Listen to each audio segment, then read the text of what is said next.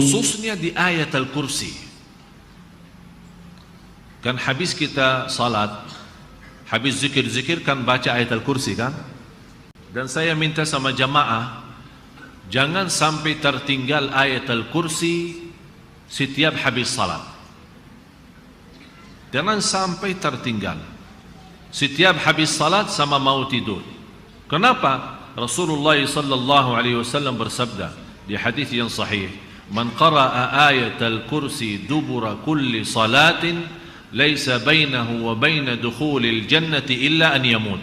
Barang siapa yang membaca ayatal kursi setiap habis salat, tidak ada halangan untuk masuk surga kecuali mati.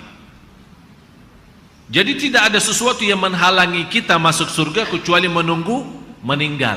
Ini keutamaan ayat Al-Kursi dibacakan setiap habis salat. Oleh karena itu, kalau anda sangat kubur, tidak sambat istighfar, tidak sambat tasbih, tidak sambat tahmid, tidak sambat takbir, tidak sambat doa-doa yang lain, begitu anda salam mau terus jalan, walaupun sambil jalan keluar dari masjid tetap baca ayat Al-Kursi. Ini sayang sekali. Jamaah sekalian, masuk surga. Ini dengan ayat Al-Kursi, masuk surga kata Rasul. Barang siapa yang menjaga ayat Al-Kursi setiap habis salat, tidak ada halangan membawa dia masuk surga kecuali menunggu mati. Subhanallah. Jadi khususnya ayat Al-Kursi, kalau kita bacakan a'udzu billahi minasyaitonir rajim, jangan disambungkan dengan Allahu la ilaha illa huwal hayyul qayyum. Dari sisi makna tidak baik. Karena sekarang kita sudah sepakat, kalau kita baca di tengah surah cukup a'udzu, tidak ada bismillah kan? Tapi boleh enggak baca bismillah? Kalau soal boleh, boleh saja. Tapi kita kan mencari yang terutama. A'udzu billahi minasyaitonir rajim, berhenti. Allahu la ilaha illa huwal hayyul qayyum. Tapi kalau kita a'udzu billahi minasyaitonir rajim, Allahu la ilaha, berarti di sini kita berlindung kepada Allah sendiri dari Allah sendiri. Jadi seolah-olah terlipat Allah sama syaitannya gitu. Berarti dari sisi makna tidak baik. A'udzu billahi minasyaitonir rajim, berhenti. Allahu la ilaha illa huwal hayyul qayyum, dan seterusnya. Kalau anda merasa belum mantap kalau tidak bawa bismillah, ya silahkan. Tidak ada yang melarang baca bismillah.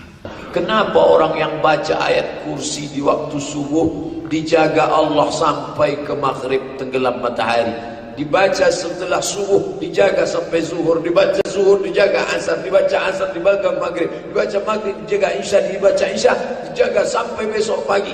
Kenapa? Karena di dalam ayat kursi itu merasakan pengawasan Allah.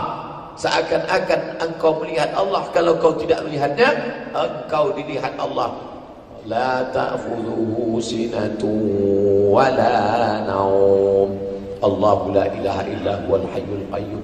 La ta'khudhuhu sinatun wa la naum. Lahu ma fis samawati wa ma fil ardh. Man dhal ladzi yashfa'u 'indahu illa bi idhnihi. Ya'lamu ma baina aydihim wa ma khalfahum.